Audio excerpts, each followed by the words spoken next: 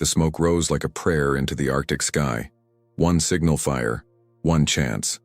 And somewhere out there, beyond the frozen wasteland of Greenland, an American bomber crew was betting their lives on it. November 1942. The world was at war, and even the most desolate corners of Earth had become battlefields. For the crew of the B-17 Flying Fortress My Gal Sal, their battlefield wasn't over Berlin or Tokyo. It was the endless white expanse of Greenland's ice cap, where temperatures plunged to -50 degrees and the wind could freeze a man's blood in minutes. Lieutenant Armand Monteverde gripped the controls as the engines sputtered their final protest. They'd been flying for hours through the worst storm any of them had ever seen. Ice covered the windshield. The fuel gauges read empty. Below them stretched nothing but white death. "We're going down," he announced to his crew. 9 men, 9 lives, 9 stories that might end in this frozen hell. The fortress shuddered as Monteverde fought to keep her level. They'd survived German fighters over the Atlantic. They'd dodged U-boats and weathered storms. But Greenland? Greenland didn't care about courage or duty. Greenland just killed. The crash landing was violent. Metal screamed against ice. Men were thrown like dolls against the fuselage. When the world finally stopped spinning, they were alive. All of them. Bruised, bleeding, but breathing. Outside their broken bird, the temperature was 60 below zero. They had no radio. No way to signal their position. In a few hours, the blizzard would erase any trace they'd ever existed. That's when Sergeant Paul Spina had an idea. One signal fire, not for warmth. They had the plane's fuselage for shelter. Not for cooking. They had emergency rations. This fire would be their voice, their scream into the void, but they had to be smart about it. Burn it too soon and no one would see it. Wait too long, and they'd be too weak to light it at all. They gathered every flammable material they could find. Hydraulic fluid from the damaged engines, fabric from the seats, papers, maps, anything that would burn hot and bright. They built their pyre on the highest ridge they could reach, fighting through snow that came up to their chests. Every step was agony. Every breath burned their lungs. 3 days passed. 3 days of rationing food down to crumbs. 3 days of taking turns staying awake, watching the sky for any sign of rescue. 3 days of stories shared in the dark. About sweethearts back home, about mothers who'd never know what happened to their sons, about dreams that might die with them on this ice. On the 4th day, Spina heard it. The distant drone of engines, American engines. He scrambled outside, matches in his frozen hands. This was it. One chance. His fingers were so numb he could barely feel the matchbox. The first match broke. The second wouldn't light. On the 3rd try, a tiny flame flickered to life. The signal fire erupted toward the sky. Black smoke billowing upward like a giant's fist punching through the white landscape. Higher and higher it climbed. The rescue plane was almost past them, a speck moving away toward the horizon. Then, impossibly, it banked. It had seen them. One signal fire. One chance. And it worked. But salvation in the Arctic doesn't come easy.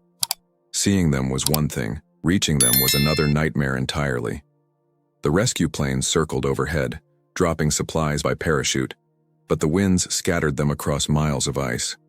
Of the dozen bundles dropped, the crew recovered only 3. Inside those bundles, more food, Arctic gear, and most crucially, a radio.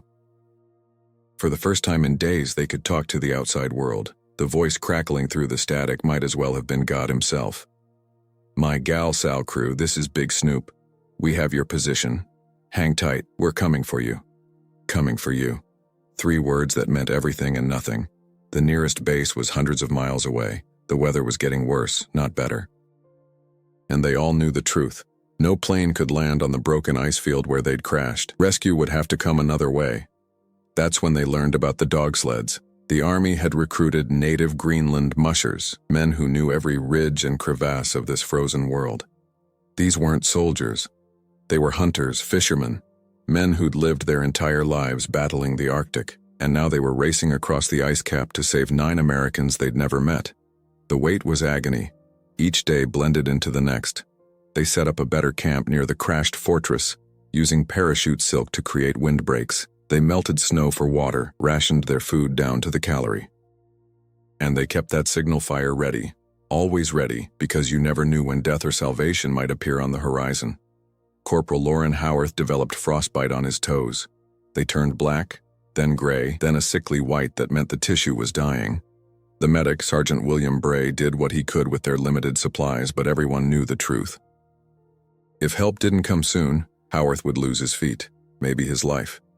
On the 7th day, shapes appeared in the distance. At first, they thought it was another mirage. The ice played tricks on desperate men. But the shapes grew larger, more defined. Dogs, sleds, and riding them the toughest men any of them had ever seen. The lead musher, an Inuit man named Nuka, simply nodded when he reached them. No fanfare, no celebration. Just, we go now, storm coming. Loading 9 men onto dog sleds wasn't like boarding a rescue helicopter.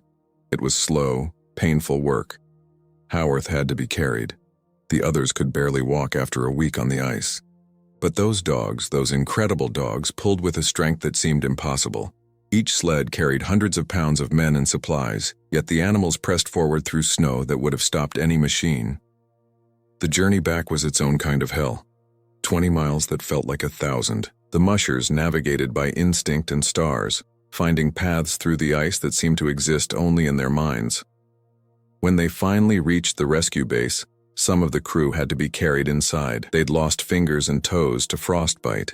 They'd lost weight they couldn't afford to lose, but they'd survived. All because of one signal fire. One moment of desperate hope that connected them to a chain of humanity stretching from that ice ridge to the dog teams, to the pilots circling overhead. In war, we talk about great battles and grand strategies, but sometimes survival comes down to simpler things. A match that lights, smoke that rises, and people who refuse to give up on each other. The story of my gal Sal should have ended there, with 9 men saved and a tale of survival to tell their grandchildren. But war has a way of demanding more from those who've already given everything. Within weeks of their rescue, 8 of the 9 crew members were back in the air flying missions over Europe. Only Corporal Howarth remained behind, recovering from the amputation of 3 toes. The others could have taken medical leave, could have used their ordeal as a ticket home. Instead, they climbed back into their flying fortresses and returned to the war. Because that's what you did. That's what duty meant. Lieutenant Monteverde flew 35 combat missions after Greenland. 35 times he took off knowing he might not come back. 35 times he remembered that signal fire and thought about second chances. He never talked about the ice with his new crew. Some things were too personal, too raw. But they noticed he always carried extra matches. Always. The war statistics tell us that the average B-17 crew survived 25 missions before being rotated home. The mathematics of death were simple and brutal. Each mission meant rolling the dice against German fighters, anti-aircraft fire, mechanical failure, weather. The men who'd survived Greenland had already beaten impossible odds. Now they were pushing their luck all over again. Sergeant Spina, the man who'd lit that crucial signal fire, became known among the bomber crews as Lucky.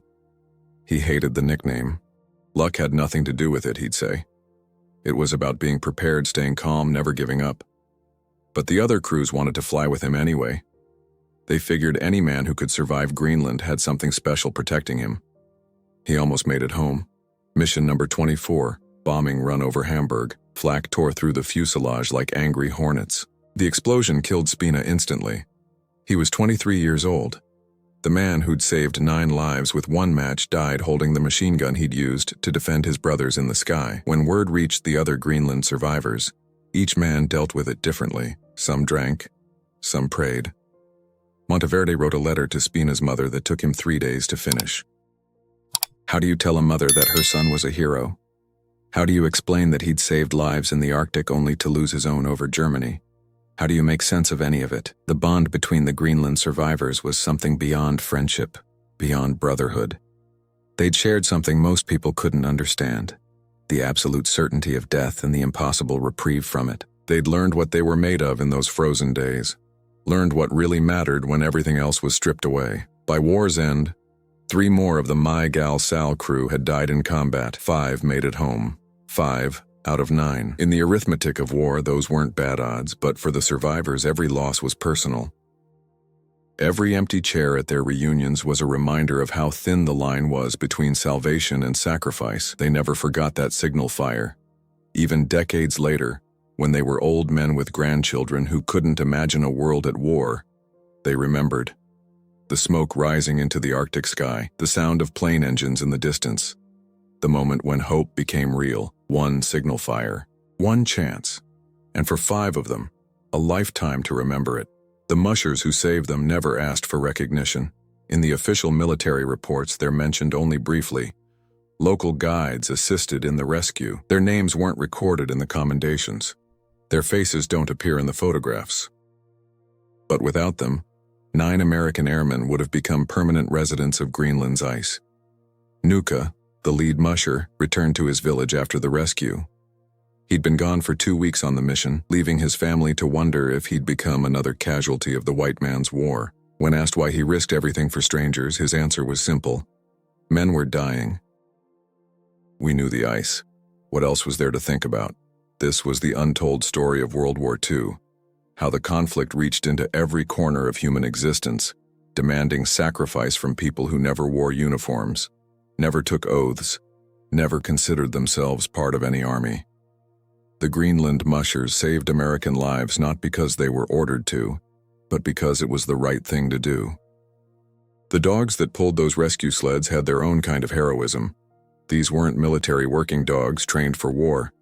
They were hunters, bred for centuries to survive in the harshest environment on Earth. Yet when called upon, they pulled loads that should have broken them. Through storms that should have stopped them. Not one dog was lost during the rescue mission. A miracle that the mushers attributed to the spirits of the ice. Years later, one of the surviving airmen, Technical Sergeant Richard Tetley, tried to find Nuka and the other mushers. He wanted to thank them properly, maybe bring them to America, show them the world their bravery had helped preserve.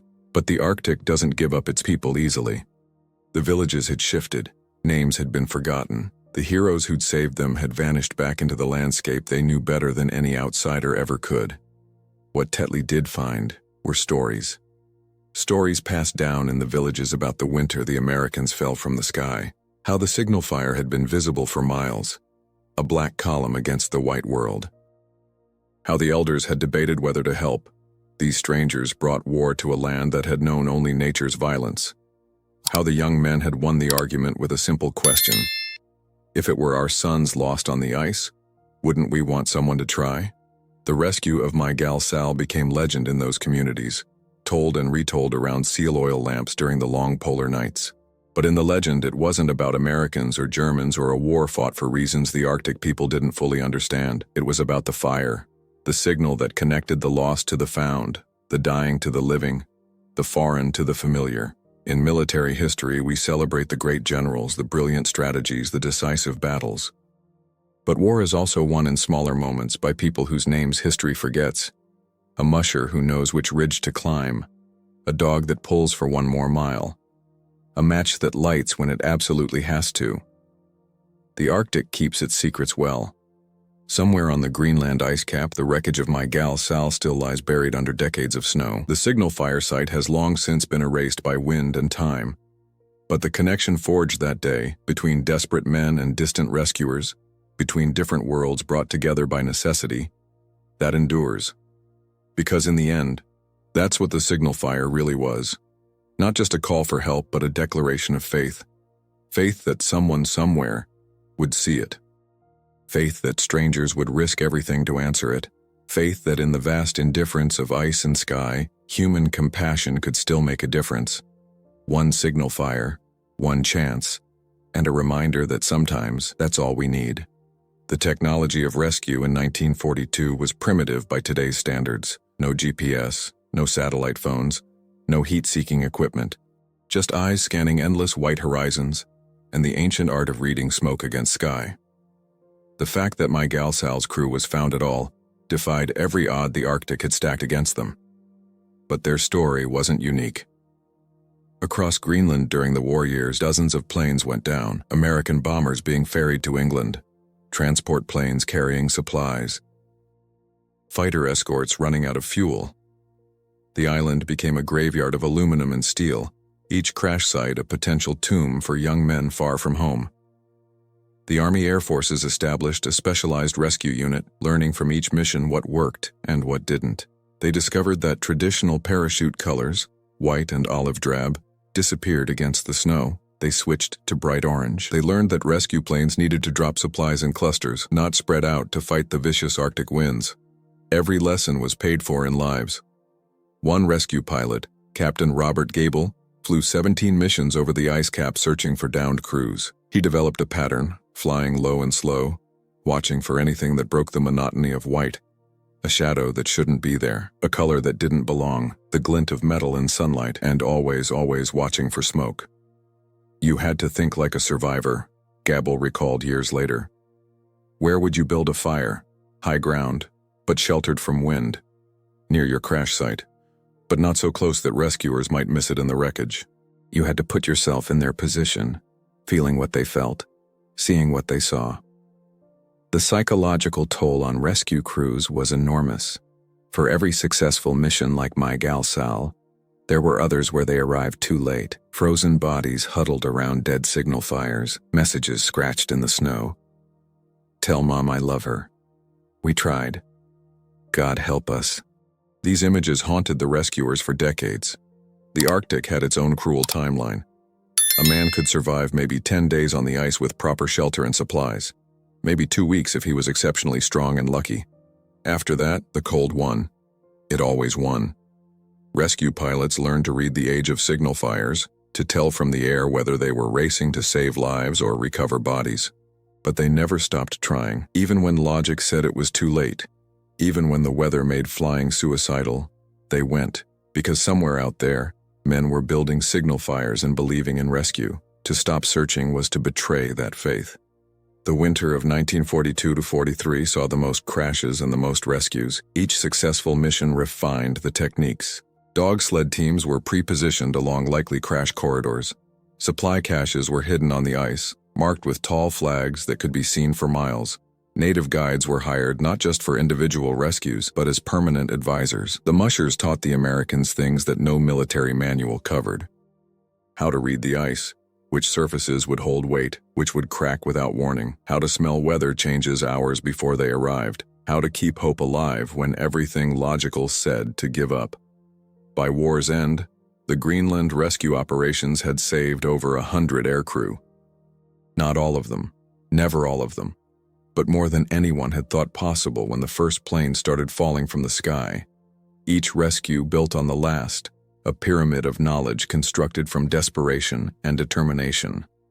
The signal fire that saved My Gal Sal's crew became part of that knowledge. Standard procedure in survival kits: build high, burn hot, have faith. Simple rules that meant the difference between a story of rescue and another cross in a military cemetery. One signal fire, one chance, and the hope that someone, somewhere, was looking for the smoke. The families back home knew nothing of signal fires and Arctic ice.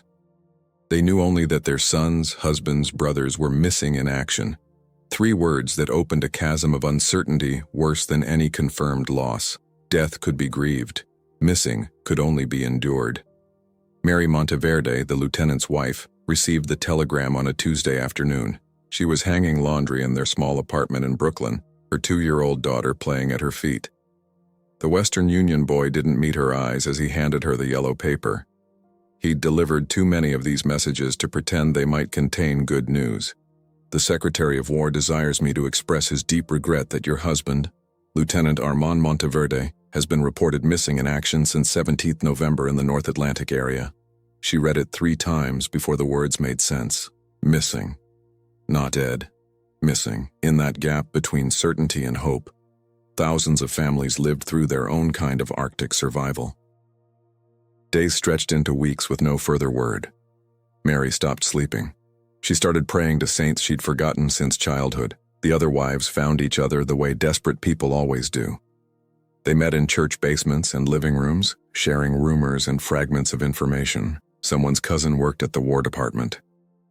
Someone else had a brother in the Air Forces who might know something. They pieced together stories from nothing, building their own signal fires of hope. When news finally came of the rescue, it arrived in the cruelest way possible. Not through official channels, that would take weeks more, but through a ham radio operator in Nova Scotia who'd picked up the rescue transmission. The message made its way through a chain of civilians until it reached a priest in Brooklyn who knew Mary Monteverde. "Your husband is alive, rescued from Greenland ice, safe." She collapsed in her kitchen, sobbing so hard the neighbors thought someone had died. Her daughter, too young to understand, patted her mother's face and said, "Mama sad?" Mary couldn't explain that these were the first happy tears she'd cried since the war began. But for every family that received good news, others waited for signals that never came. Paul Spina's mother kept his bedroom exactly as he'd left it for 3 years after the war ended.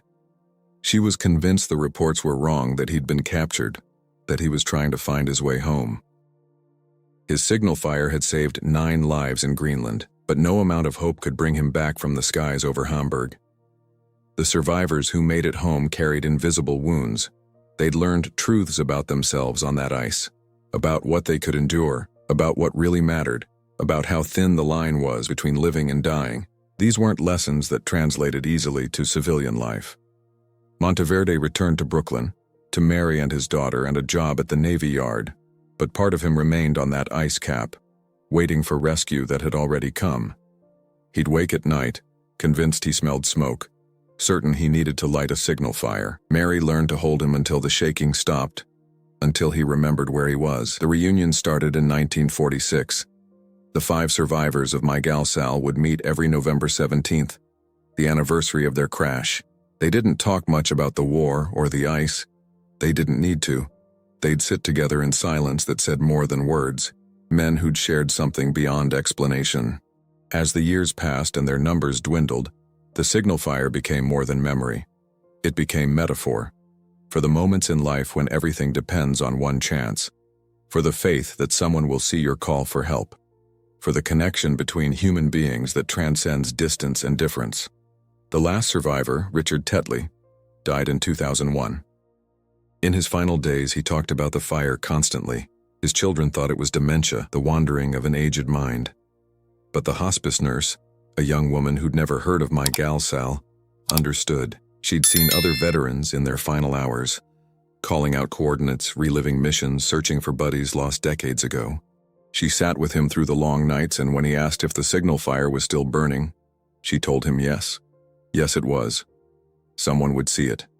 Someone always did. The Arctic doesn't forget. 70 years after My Gal Sal crashed, a climate research team stumbled upon wreckage emerging from the melting ice. Global warming had done what decades of searching couldn't, revealed the fortress's final resting place. Among the twisted metal and faded insignia, they found something remarkable, a makeshift journal, wrapped in waterproof fabric, preserved by the very cold that had nearly killed its authors.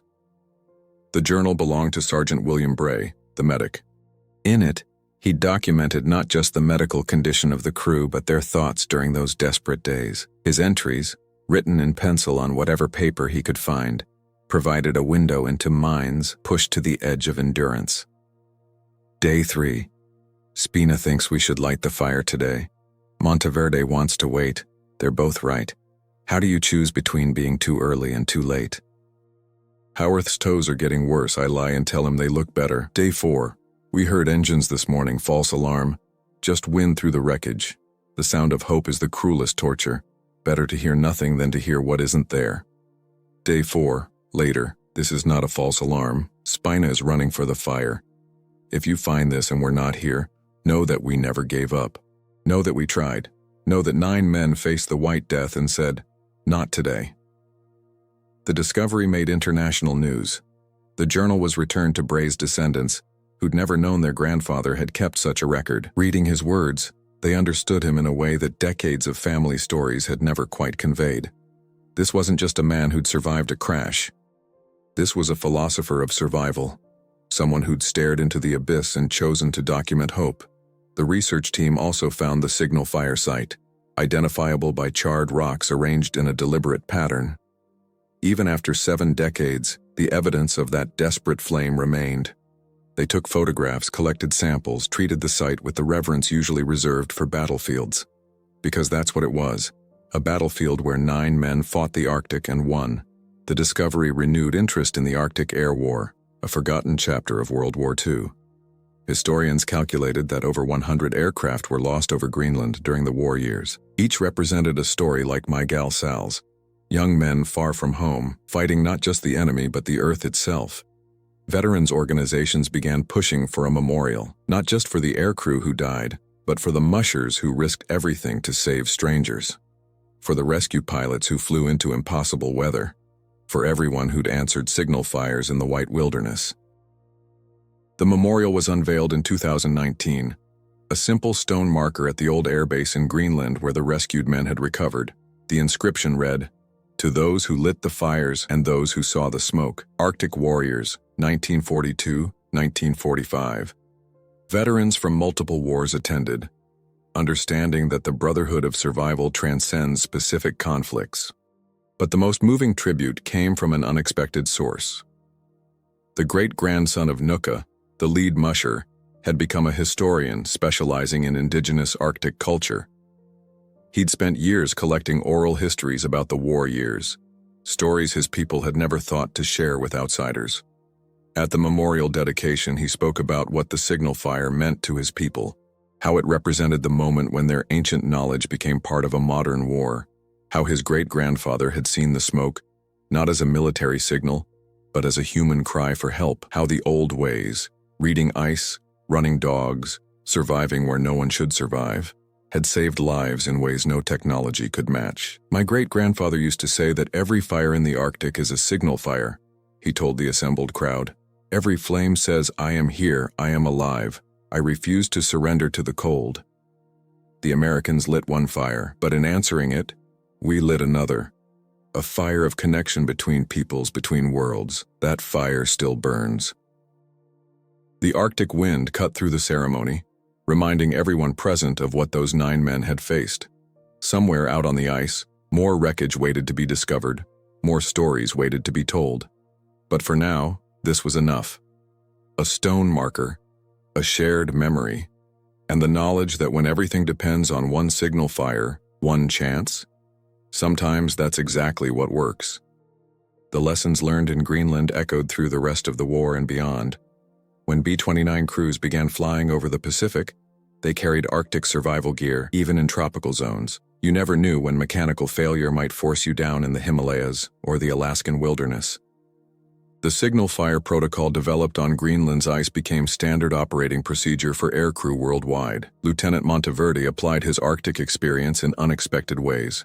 Promoted to captain, he was assigned to train new bomber crews in survival techniques. He'd stand before fresh-faced kids from Iowa and Texas, most of whom had never seen snow before joining up, and teach them about cold that could kill in minutes. "The enemy isn't always the one shooting at you," he'd tell them. "Sometimes it's the ground beneath your feet, the air you're breathing, the temperature dropping around you. You survive by staying calm, working together and never giving up on rescue. Someone is always looking for you. Your job is to make sure they can find you." He'd demonstrate fire-building techniques with religious intensity. Not just how to make flame, but how to make it visible, how to choose your moment, how to balance desperation with calculation. The young airman would joke about captain matches and his obsession with signal fires. Then they'd find themselves over the Pacific, engine failing, thinking about every word he'd said. The Pacific theater brought its own survival challenges. Crews that went down in the ocean faced sharks and storms instead of ice and wind. But the principle remained the same. Make yourself visible. Conserve your resources. Believe in rescue. The life rafts carried flare guns and dye markers, ocean versions of the Arctic signal fire. One crew, shot down near Iwo Jima, survived 16 days in a life raft by remembering Monteverde's lectures. They rationed their flares like misers, firing one only when they heard aircraft engines. On day 16, down to their last flare, they heard a Navy patrol plane. The pilot later said he was about to turn back when he saw the red star burst against the sky. One signal, one chance. The Korean War brought new technology but old challenges. Jets flew higher and faster, but when they went down, pilots faced the same fundamental problem: how to signal for help in hostile territory. The lessons of Greenland adapted to Asian mountains and frozen rivers. Signal fires in Korea had to be visible not just to rescue aircraft, but hidden from enemy patrols. One Air Force pilot, Captain Thomas Hudner, crash-landed trying to save his wingman in North Korea. As Chinese troops closed in, he built a fire not for warmth but for location. The smoke brought both rescue helicopters and enemy fire. Hudner made it out. His wingman didn't. The signal fire had worked exactly as intended. It brought help. But in war, help doesn't always come fast enough. Vietnam turned the signal fire into an art form. Pilots carried special flares that burned even in monsoon rains. Ground troops used colored smoke to mark landing zones in jungle so thick that helicopters couldn't see the ground. The principle Spina had demonstrated in Greenland, one fire, one chance, became doctrine for an entire generation of warriors, but the most profound impact was personal. The survivors of My Gal Sal carried their Arctic lessons into civilian life. When Bray became a doctor, he specialized in treating hypothermia and frostbite, saving lives with knowledge earned on the ice. Tetley became a search and rescue volunteer, spending weekends looking for lost hikers in the mountains of Colorado. They all carried matches, always. It became a running joke at their reunions. 5 old men comparing their match supplies like other veterans might compare medals. But it wasn't really about the matches. It was about preparedness, about the knowledge that life could change in an instant, about the responsibility to be ready to signal for help or provide it. Monteverde's daughter grew up hearing the story of the signal fire so often she could recite it by heart. When she became a teacher, she used it in her classroom, not as a war story, but as a lesson about hope, determination, and the connections between strangers. Her students, children who'd never known war, understood something fundamental in the tale of 9 men on the ice, choosing their moment, trusting in rescue. Because in the end, that's what the signal fire represents. Not just survival, but faith. Faith that someone will see. Faith that help will come. Faith that in our darkest moments we're not alone. The technology changes, the conflicts evolve, but the human truth remains constant. Sometimes everything depends on making yourself visible, on sending up that smoke, on believing that one signal fire, one chance is enough. As the last veterans of World War II fade into history, their stories risk being lost in the noise of a world that's moved on to new conflicts, new technologies, new ways of making war. But in military survival schools around the world, instructors still teach the lesson of My Gal Sal. Not because the specific techniques, building fires on Arctic ice, are widely applicable, but because the mindset behind them is eternal. At the Air Force Survival School in Washington State, young pilots and aircrew endure conditions designed to break them. Dropped in mountain wilderness with minimal supplies, they must evade capture, find food, build shelter, and yes, signal for rescue. The instructors, many of them combat veterans, push one message above all. Your greatest survival tool is your mind. We had a kid last year, one instructor recalled. City boy from Philadelphia, never been camping in his life. 3rd night of the course, he's hypothermic, lost, about to give up. Then he remembers the Greenland story from the classroom portion. 9 guys on the ice with nothing but a broken plane and matches. He builds his signal fire just like we taught him. High ground, clear area, visible from the air. The rescue team found him at dawn, half frozen but alive. First thing he says? "One chance, right? I only had one chance." The story resonates because it strips war down to its most basic element. Human beings trying to stay alive in conditions that want them dead. Politics, strategy, the causes nations fight for. All of that falls away when you're building a fire with frozen fingers hoping someone sees the smoke. Modern technology has made some aspects of rescue easier. GPS beacons, satellite phones, thermal imaging that can spot a human heat signature from miles away. But technology fails. Batteries die in the cold. Satellites can't see through storm clouds. And when the gadgets stop working, you're back to basics. Fire, smoke, hope.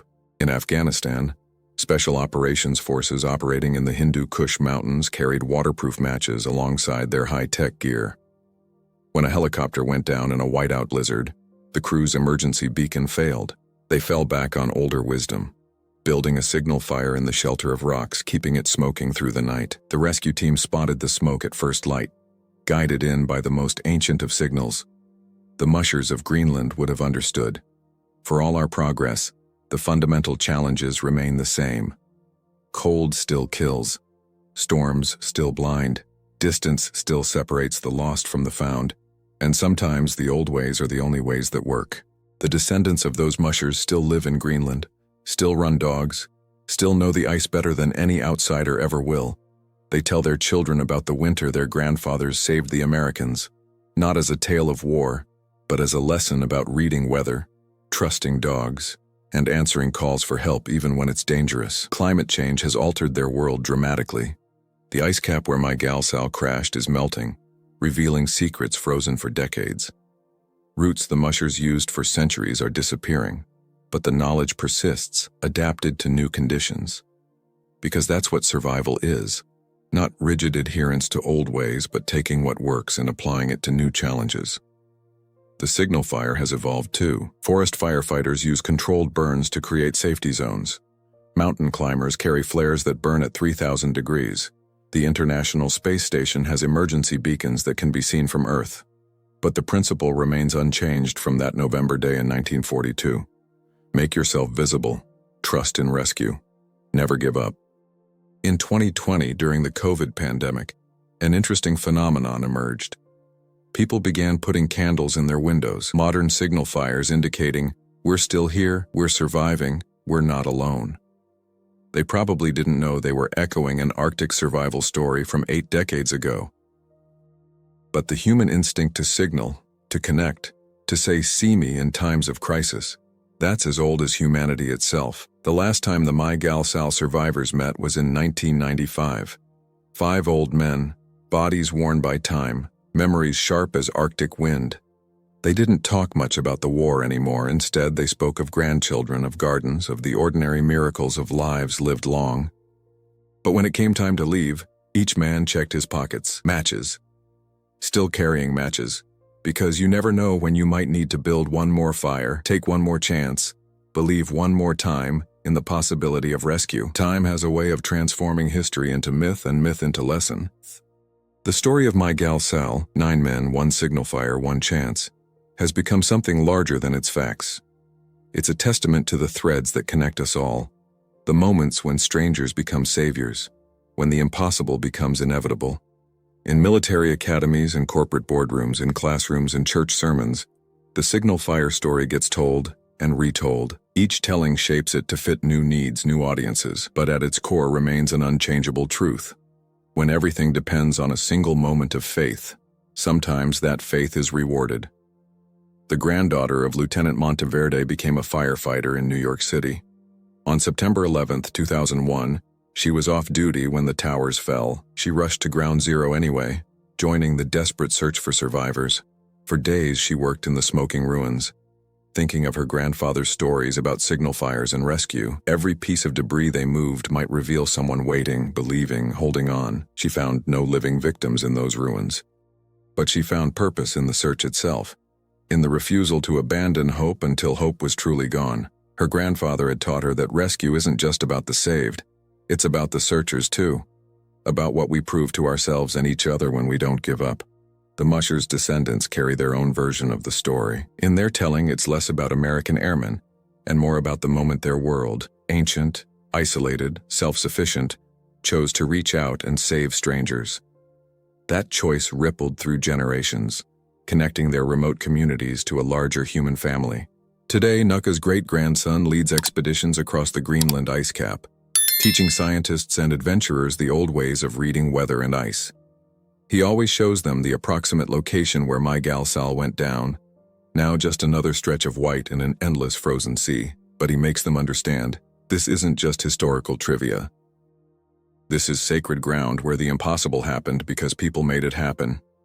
My great-grandfather saw the smoke, he tells each group, but seeing wasn't enough. He had to choose to act, to risk everything for men he'd never met.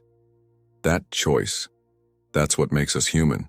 Not the technology we carry or the flags we fly, but the willingness to answer someone else's signal fire. The Arctic is warming now, revealing more crash sites, more stories frozen in time.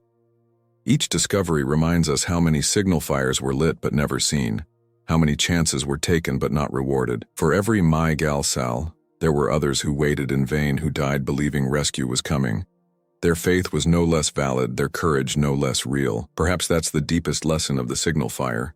It's not really about the rescue, it's about the lighting, about the decision, in the face of overwhelming odds, to try, to send up that smoke, to believe that somewhere, someone is looking, to trust that we're not alone in the vast indifference of ice and sky and circumstance. Modern military doctrine has a term for it: survival mindset. But that clinical phrase doesn't capture the raw human truth of 9 men on a frozen wasteland, betting their lives on a pile of burning debris. It doesn't convey the faith required to keep scanning empty skies, to save the last match for the perfect moment, to choose hope when logic counsels despair. The world has changed dramatically since 1942. Wars are fought with drones and cyber weapons. Rescue operations use heat sensors and satellite imagery. But when everything else fails, when the batteries die and the satellites can't see through the storm, we're back to basics. Fire, smoke, the ancient signal that says, I am here, I need help, I believe you're coming. Every generation discovers this truth anew. In earthquakes and tsunamis, in wars and natural disasters, in moments of crisis both global and personal, we build our signal fires. Sometimes they're literal flames. Sometimes they're raised voices, desperate prayers, hands reaching out in the darkness. Always they're acts of faith. The veterans of my Galsal are gone now, but their fire still burns. In every survival school that teaches their story, in every search and rescue operation that refuses to quit, in every moment when someone in trouble chooses hope over despair, action over paralysis, faith over fear, one signal fire, one chance. And it worked. Not just because the rescue planes saw the smoke, not just because the mushers reached them in time, but because 9 men in an impossible situation chose to believe in the possibility of salvation.